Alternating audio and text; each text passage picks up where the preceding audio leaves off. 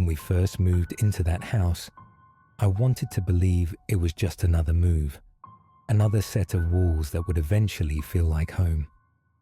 My parents had been talking for months about starting fresh, about how this place was perfect for us. Cheaper, quieter, away from the crowded city. It was the kind of house that looked fine from the outside. 2 stories, white siding, a wraparound porch that creaked with the weight of its years. But the moment I stepped inside, there was a heaviness I couldn't shake. The air felt too still, too thick. Every corner of that place seemed to hold its breath, as if waiting for us to disturb it. My little brother Caleb was the first to say something. He was only 7, and kids that age tend to have a way of noticing things adults shrug off. The very first night, as we were unpacking boxes in the living room, he froze in the hallway and just stared toward the staircase. "Who's that lady?" he asked, his voice small but steady. We all turned. Of course, no one was there, just shadows and the muted glow of the overhead light. My mum laughed it off, saying he was probably just tired, but Caleb wouldn't let it go. He kept whispering to me later, while we were setting up our rooms upstairs. She was tall, he said. Her dress was white. But her eyes, they were gone. Just black holes. I told him to knock it off, that he was trying to scare me. But the way his little hands twisted in the blanket told me he believed what he was saying.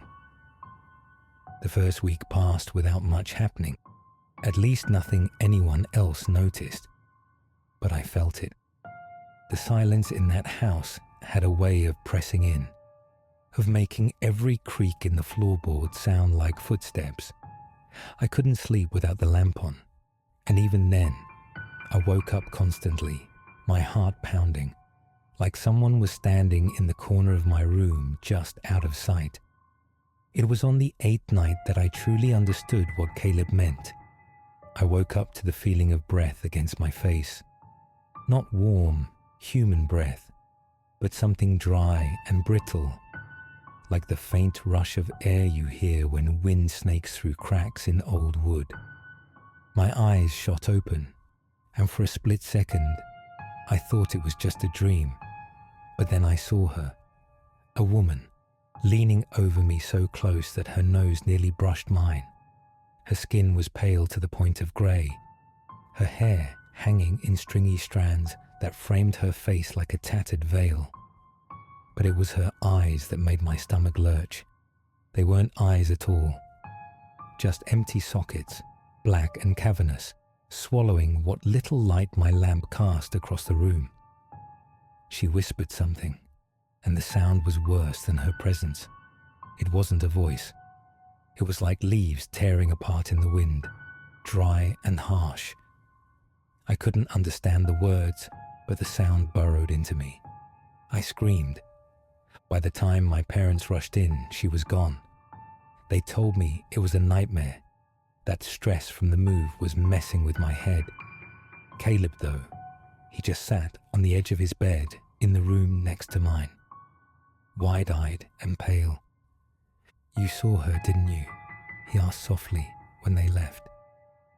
I didn't answer because I didn't want to admit it out loud, but the truth was written on my face. After that, nights became unbearable.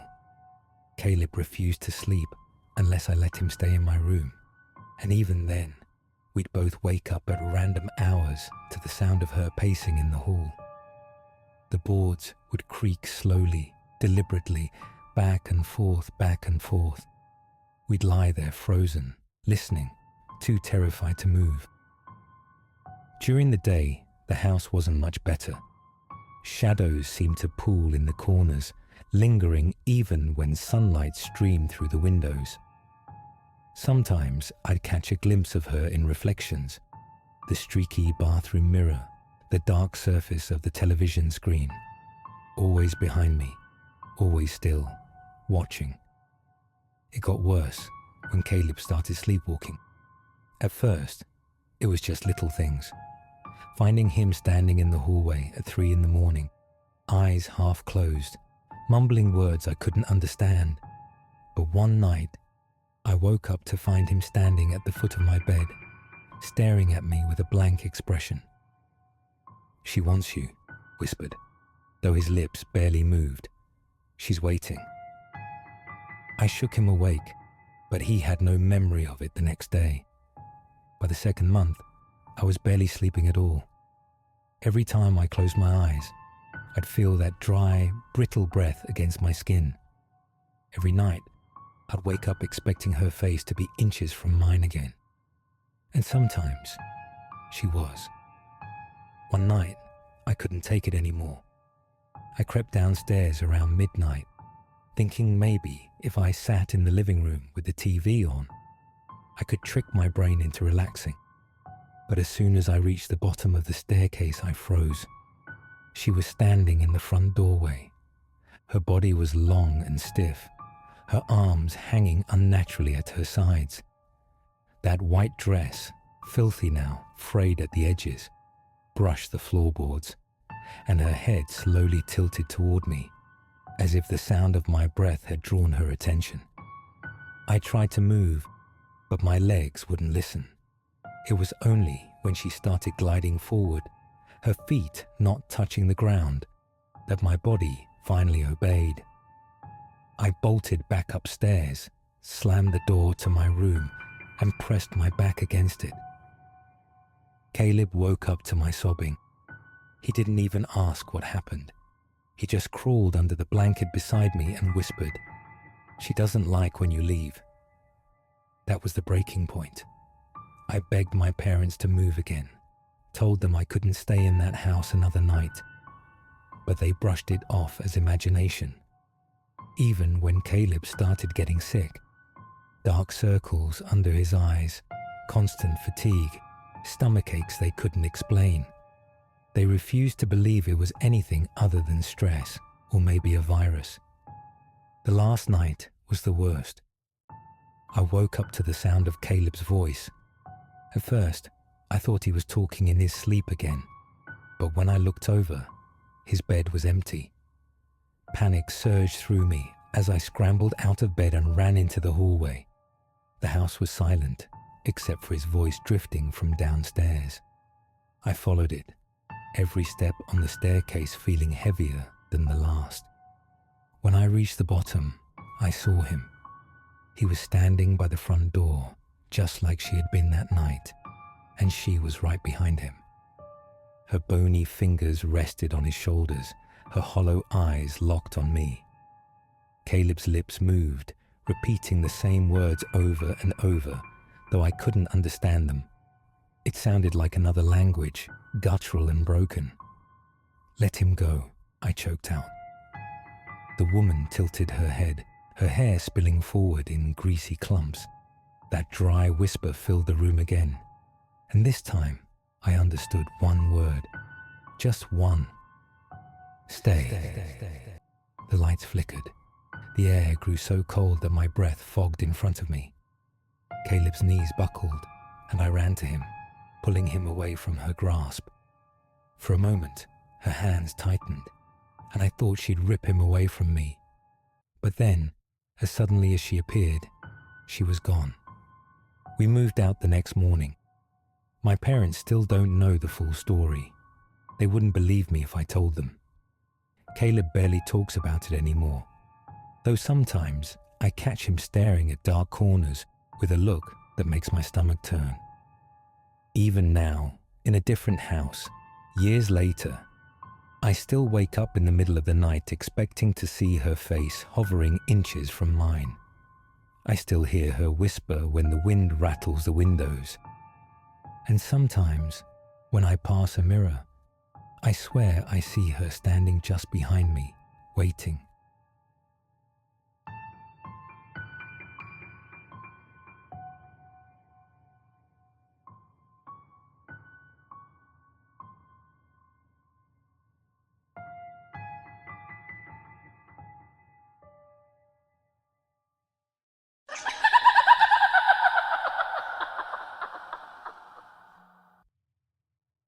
When when you're a kid, your world feels smaller. Everything important happens within the span of a few blocks. School, friends' houses, the convenience store where you waste your allowance on candy and soda. For me, the world revolved around the cracked sidewalks and cul-de-sacs of our neighborhood, and everyone who lived there was as familiar as the back of my hand. That's why Harold stood out. Every afternoon, I'd see him on his driveway. Not the porch, not the yard, never the sidewalk. Always the driveway. He'd sit on an old folding chair near the edge, close enough to watch people pass, but never close enough to step off. Sometimes he had a paper in his hand, sometimes just a cup of coffee, but always that same thin smile tugging at his lips. Most kids avoided him. They'd speed up as soon as they reached his house, pedaling hard as if his gaze could catch their tires. Some even crossed the street entirely. To them, Harold was the kind of neighbor parents told you to be polite to, but not linger around. An odd man with a lined face, tall frame, and eyes that seemed to follow you. But for some reason, I wasn't afraid of him. Maybe it was curiosity. Maybe it was loneliness. I don't really know. All I know is that one day, instead of rushing by, I slowed down. "Nice bike," Harold said. His voice was steady, low, with a warmth that surprised me. I stopped, straddling the frame awkwardly. "Thanks. What kind is it?" A Huffy," I answered, wiping sweat off my forehead. He nodded, as if that meant something. "Solid make. Take care of it, and it'll last you longer than you'd think." That was it, just a simple conversation, but it became routine. Every day after school, I'd ride past Harold's house, and he'd be there on the driveway. Sometimes he'd wave. Sometimes he'd ask me how my day was. Sometimes he'd just comment on the weather. I started looking forward to it. Those small interactions, those fragments of normalcy. He never asked me to stay, never tried to coax me closer. Just sat there smiling, as if watching the neighborhood was enough for him. The thing I remember most was his face. Strong jawline, deep wrinkles around his mouth, grey hair that curled a little at the edges, and a smile that felt oddly reassuring.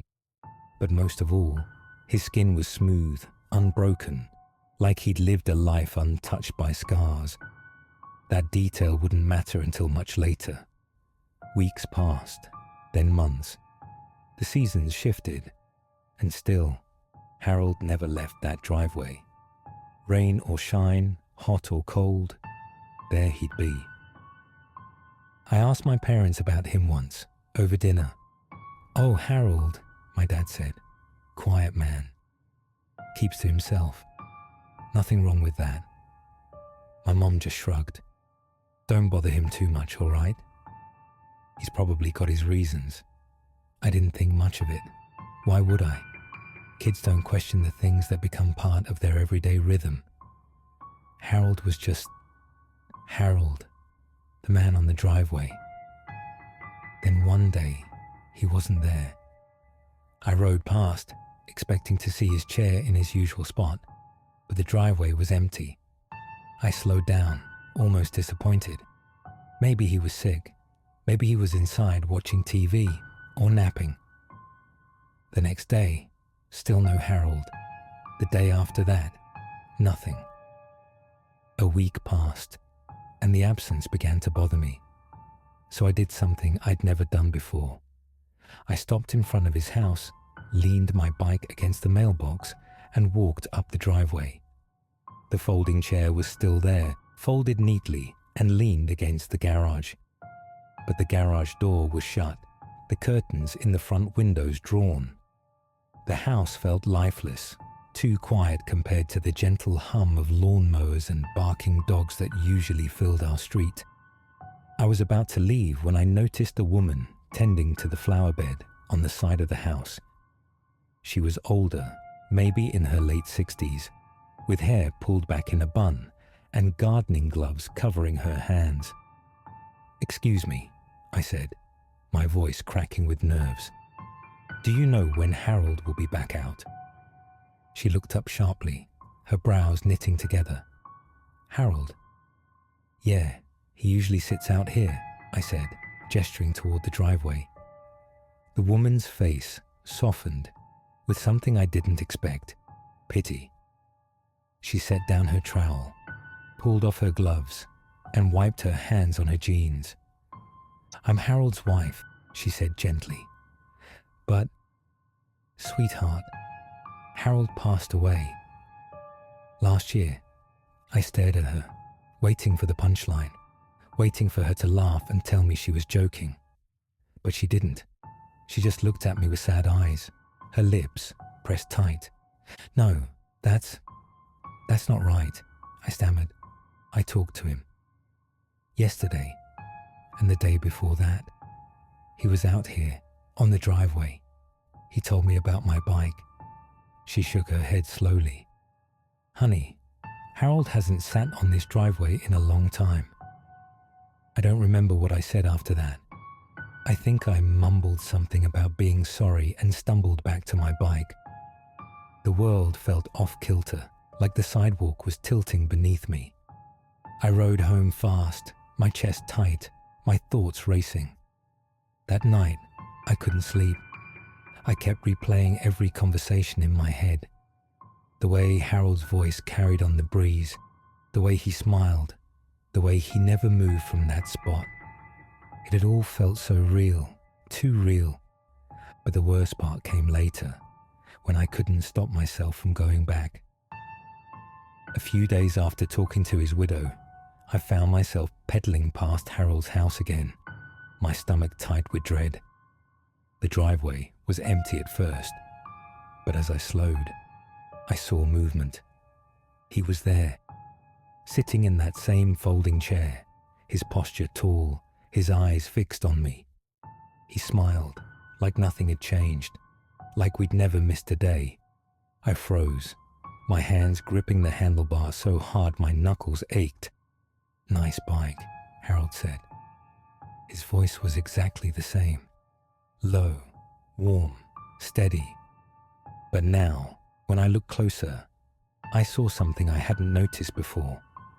The way the shadows clung to him, darker than they should have been in the fading light. The way the air around him seemed too still, as if the world held its breath when he appeared. And when I thought of the photo his widow had shown me, of Harold smiling with a jagged scar running from his temple to his jaw, I realized what had been gnawing at me all along. The man I'd been talking to never had that scar. Whoever he was, whatever he wasn't Harold. Not really. I don't ride down that street anymore. Sometimes though, when the air is still and the sun is setting, I swear I can feel eyes on me, watching, waiting, as if Harold, or the thing that wore his face, is still sitting on that driveway, smiling that same smile, just waiting for me to come back.